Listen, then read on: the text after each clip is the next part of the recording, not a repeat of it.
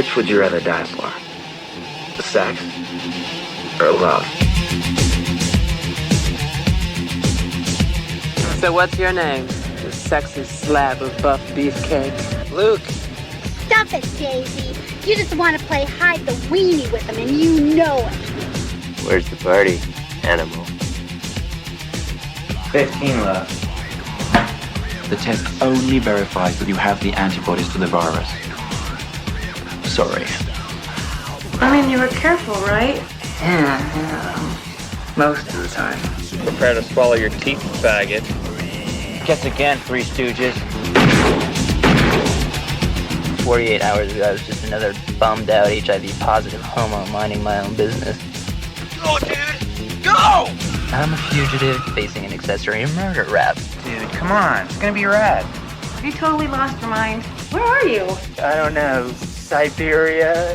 You want to know what it is I like best about guys' bodies? I really hate guys who talk during sex. Did I ever mention that? I'm not going to fondle your crotch right now. Why not?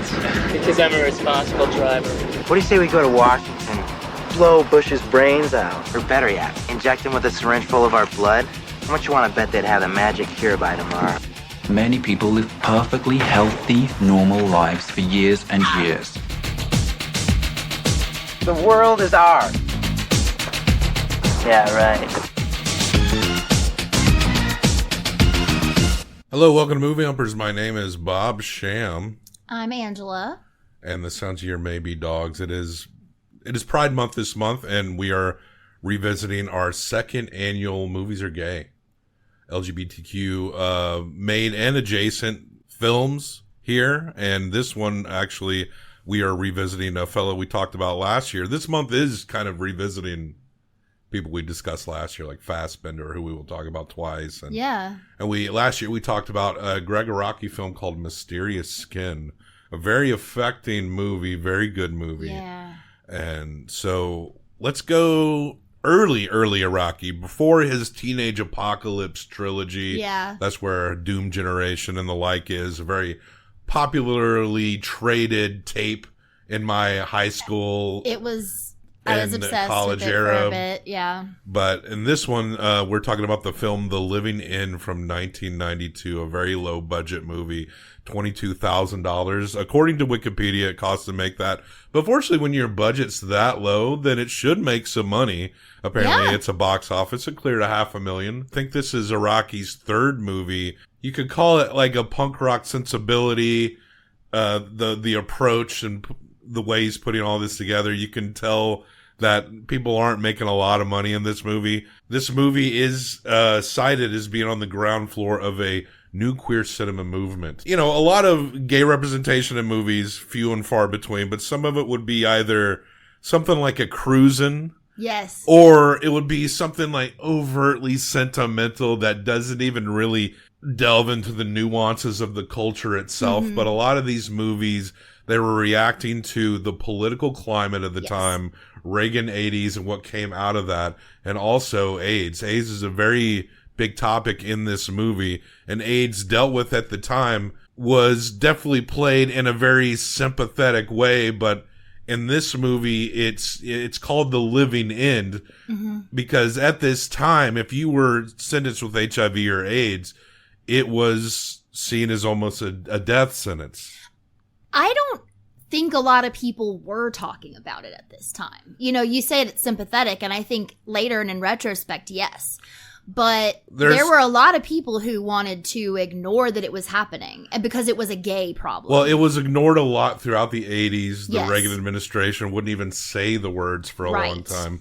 But by the time we got to the 90s, if you were watching a lot of MTV or something. Yes, that's true. That's true. Young people were a lot getting more hip to the idea, but there was still that stigma Yes. of ostracization. Like, also in the early 90s, you know, it wasn't just gay people getting the disease. That was when it, yeah. Our character here, we'll get into the movie, but our one of our characters, Luke, is played by Mike Dietrich. He says something along the lines of, this is a very nihilistic Yeah. movie, where he talks about, let's go to Washington and kill Bush. Yeah. Then George H.W. Bush, the president then.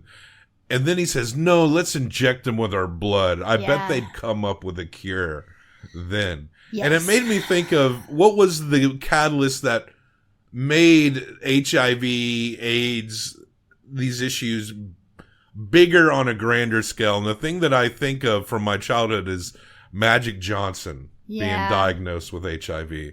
Magic Johnson still doing quite well. I don't want to go into the conspiracy-ness of it. Yeah. But it is kind of the example that Mike gives here. When we all found out that Magic Johnson had HIV, there was a stigma about that. Mm-hmm. So when they were in the Olympics, some players didn't want to, were concerned with playing with him, even though it was so rare to administer it like People that. just didn't understand, though. We're in a different era of treatment for this condition. And just as he says, if we injected them with blood, they'd find a cure. Well, they haven't found a cure, but it seems like that pushed a catalyst and put an awareness to it. But it had to take a straight athlete to do it. There were always people who were not gay who had Absolutely. AIDS.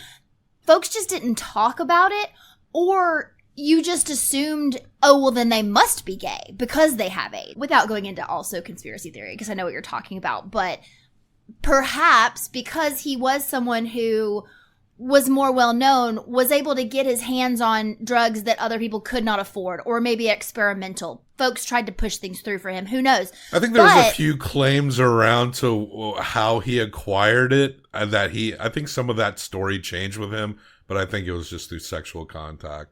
Oh, sure. Sure. I think a lot of... It was always... Intravenous drugs were the big conversation in the 90s. That's true. Yeah. That you had to be afraid of not only sex, but needles of any kind all over the place. I remember at one point being young, even there was a fear with tattoos or piercing shops. If someone wasn't clean or someone reused needles, the blood transfusion, that's the first time I remember knowing what AIDS was in any sort of way, was sitting on the floor at my nanny's house watching the story about that little boy who got AIDS in middle school from a blood transfusion. Do you remember this? I think I vaguely know what you're talking about. I cannot remember his name right now. I want to say it was like Ryan. But that was very impactful to a young me, that it meant anyone could have it. And I don't know if I even knew what it was before then, but I've always known it was just something with your blood. And it just was because of something bad in the blood. And there is a point in this movie where Luke is the one that says it. He has blood, his own blood, and he says, It's living inside me, but I can't see it. Can you? This is just like regular, boring old blood to me. It's living in me, but I can't see it. And that notion sums up all of the fear about it. Unless someone was at a point where they had lesions or they were very sick, you could not tell who had AIDS. The person that told me probably the most about the condition when I was a kid was Pedro from The Real World. There's this guy on The Real World. That was a big deal. And he died from it not long after the show because he was deep in it. But he made it a point to educate about it. And it kind of worked on me. In terms of having to understand it in a way in which I wouldn't be fearful if someone had it. Yeah. So shout out to Pedro from The Real World. He's been gone a long time. He was the one that educated me about it. As much as the knowledge that I have, I'm no doctor or scientist, but yes, we open up with John, as played by Craig Kilmore. He's at the doctor's. Got the results from my first AIDS test.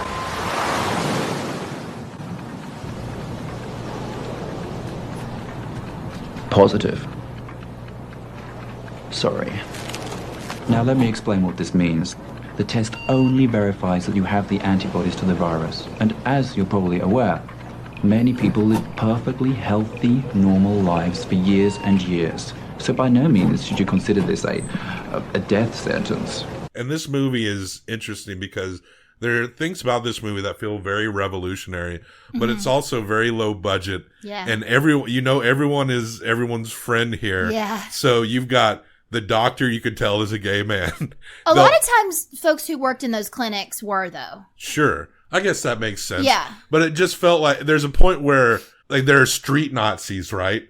And you can tell that they're all very gay. Like, they're all friends. Like, we're going to be Nazis, right? Well, they have on policeman hats and they have their mustaches and glasses and they look like they could have been going to a party and cruising. They look like extras from cruising, yeah. They look like, oh, now go out there and pretend you're a homophobic Nazi. Prepare to swallow your teeth, faggot. Oh, shit. It's cosmetic surgery time, honey. It's just very funny. Yeah. Some of the acting turns here, especially when the emotions go from back and forth, I mean, let's be honest, they're not like all that great. But there are emotional beats here that feel very real. I have a respect for movies like this in that these folks are obviously not experienced actors. Maybe they've been in plays. Maybe they've done other stuff together. They're all probably, they're all probably making films and in each other's stuff and they're friends and everything, like you said. Yeah. On the grind. For sure. There is a rawness to the conversation in that when it doesn't hit, it's actually more real. People do not sound as clever as people do in movies. Yeah. There's a lot of awkward moments. There's a lot of bad jokes. At one point, Luke says to John, is his name John? They just fucked. And he says, was that as good for you as it was for me? And it's cringe. Yeah. And it would be in real life. And it's also something someone might say. So John finds out that he has, it's either HIV, I think HIV or AIDS from the doctor. They just say positive. They don't really say it that much. You know, it's just an evolution of the same disease. So you have HIV and then when it gets to a point, it becomes AIDS is my understanding of that. So it's the same. And then we meet Luke, who's this vagabond drifter. He is picked up by this couple who are kind of out of a John Waters movie. These two women are straight out of a John Waters movie. All right, Daisy. I'm gonna blow his fucking face to smithereens. Sweetie pie, put the heat away. Why would I be interested in this boy's petite little taste of Vienna sausage? Daisy, I've had it with your lascivious flirtatiousness. At least shoot this one in the fucking head. I loved it. And they're going to murder him and kill him, and someone has to go pee, and then something happens, and they drop their gun, and then he picks up the gun and steals the car. Yeah. And so Luke is making his way to Los Angeles. I guess that's where John lives. Yeah, I think he's just going wherever he can go. The John Waterness of that scene, to me, the most, is that they're lesbians. One's flirting hard, one hates guys. And the one who's flirting to make her girlfriend more mad, because she likes it when she gets mad, she says every word she can think of for a dick. I don't know what you're talking about. His tool. You know. His penis. His pecker. His breath. His Peter. His Palper's pussy plunger. You mean his wang? His hot dog? His dingus? His baloney pony? His smiling meat puppet, his love gun. Luke he has this James Dean quality. He's presented as pure hunk all the time. He looks like a Matt Dillon. He's rarely ever wearing a shirt, and he has a cigarette that is never lit, and it's often in his mouth. And there's one point where he tells someone, "I don't smoke." Oh, John says, "Are you going to smoke that?" And he's like, "I don't smoke." Not cigarettes. How does he meet John? So it all feels like it all just crashes together. It does. So John has that same day found out he has HIV, that he's positive. Luke has come to town, but the car broke down. So he's standing on a street corner. He picks up one guy who they have sex, like he's spanking him with a tennis racket. Oh, right. And then the guy's girlfriend comes in and shoots the guy. Yeah. For sleeping with dudes. And That's Luke, just the first of many murders in this Luke movie. kills a few people himself. He does. But in this moment, he gets up and runs. And so he's back on the street corner, hustling, right? And then that's when the three guys walk up with the cop hats and the billy clubs or whatever. He shoots them. He still has the gun from the car, so he kills these 3 guys and then runs. And he literally runs in front of John's car and jumps on the hood. Yeah. And so John stops the car and Luke just gets in without asking and is like, drive, man, fucking drive. And John speeds out and takes him to his house. They hook up, but prior, John is like, I found out this afternoon that, If you're trying to say what I think you are, don't worry about it.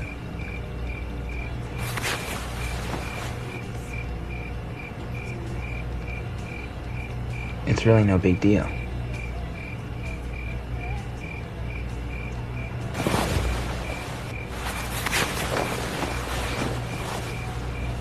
Welcome to the club, partner. So John has this friend named Daisy. Or she Marta. is of great concern. She has a lot of concern for John. He's her best friend.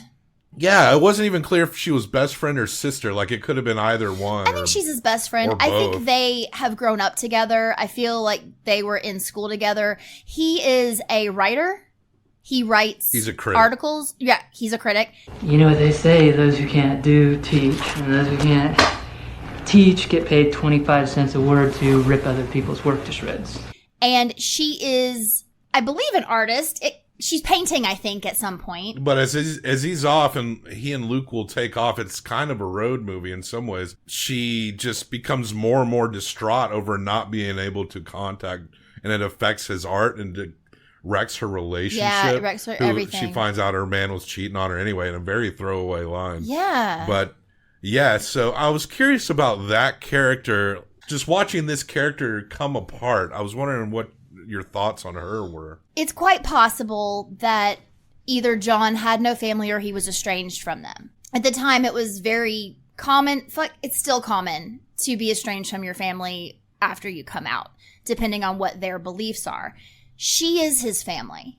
She's his best friend. They hang out every single day. When it first started, I thought she was going to be a character very much like the best friend in Mysterious Skin, who was also in love with him. I don't think, through the course of the movie, I don't think she's in love with him, but I think they are soulmates in the way that best friends can be soulmates, right? Sure. And so she needs to know that he's okay. This is also in a time of no cell phones. She's waiting days for him to call, and if she misses that call, she misses him. Yeah, this and so she's scared out of her mind for answering him. machine tag. Also, he hasn't even told her why they left, but that they're in a lot of trouble. So they're sitting at a breakfast table, and there's a Barbie cereal box right between them, and it made me think of the times where every gimmick, every hit show, every hit sitcom or whatever, some cartoon would have a cereal shoved in everyone's faces. But they're sitting here talking about AIDS and what's going on. And Luke, he's very fatalistic in a way, and that's seems to be a theme for a lot of characters in a lot of Greg Araki movies. And yeah, but it's not from nothing. It's lashing out at a world that he feels created him, pushed him in a corner, infected him. That it's already marginalized him, and then it's going to feed him a disease, and he's sitting there and he's pondering like, the generation before us had all the fun, and we get to pick up the fucking tab. Anybody who got fucked before safe sex is fucked. I think it's all part of the neo-Nazi Republican final solution. Germ warfare, genocide. They probably made this virus in a lab to take us out, man. You get the spirit of what he's saying. You get the outrage. You get the anger. And that's what speaks to the nihilistic nature of the movie, the violence of the movie. Yeah. He really is lashing out at a heteronormative world that will reject him and that he feels will infect him and kill him off. So, these are two characters that at this point in treatment and where they're at and due to their economic status, will probably not live to see the 21st century. You don't relate to violence really, but you understand this Luke character and where he's coming from. Yeah. The kids today, they call it being black-pilled, right? When, you're so... Oh, black-pilled? Yeah, when you see the machinations are so bigger than you and so impossible to overcome that you might as well just lean back and enjoy the ride down into the spiral, down into the descent. We got nothing to lose. We can say, fuck work, fuck the system, fuck everything.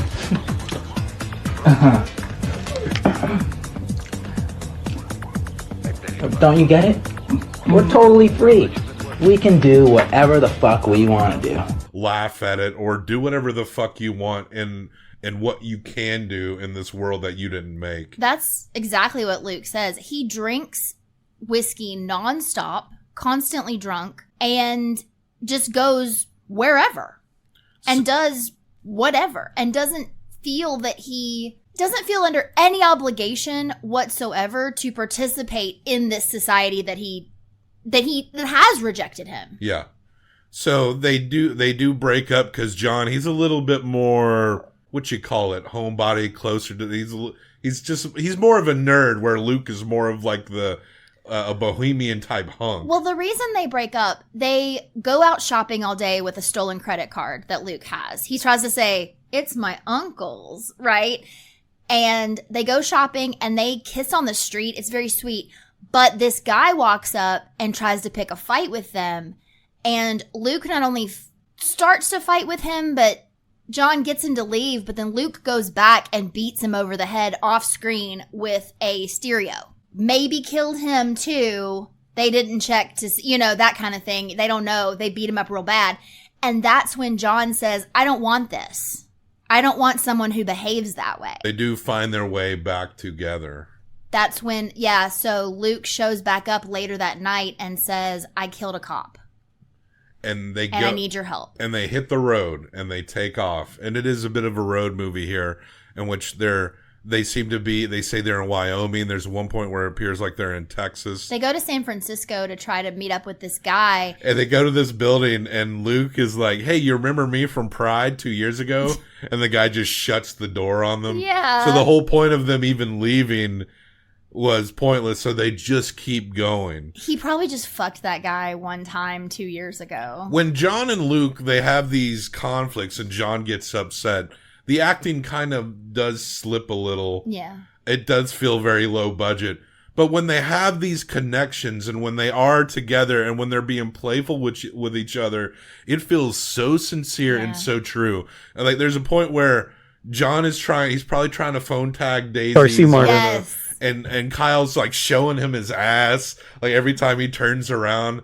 It does seem to be a very convincing love story, and when they seem to have a positive connection, that resonates so strongly in this movie, and that is the most impressive part of this movie for me. It really is. As much as how little, just by the skin of their teeth, they probably put this movie together, but they really crush that aspect of it. John just becomes he still has issues with the way they'll just drive by cops and Luke will just pull like a gun out and he'll be like, stop. So it's always this back and forth, but they do love each other. Yes. And you get that. It's back and forth because Luke doesn't care about anything. John cares about Daisy. Or Seymour. Cares about Luke. He still cares about the job he left. He cares about being part of the world. Yeah. And Luke doesn't. And that's like the main undercurrent of every argument that they have. At some point, John finally says to him, I don't want to do this anymore. It's after they go to an ATM and can't get any money, and Luke takes the gun and goes for 1 second into the bank, makes a bunch of gunshots, and then comes out with nothing. Yeah, as far as we know, he just shot an ATM machine, as far as I know. They drive off and they get out to somewhere. It's very desolate where they are. There's a big concrete wall full of graffiti. And this is when it comes to a head. John says to him, Our relationship has definitely reached critical mass here. Our holiday in the sun is over.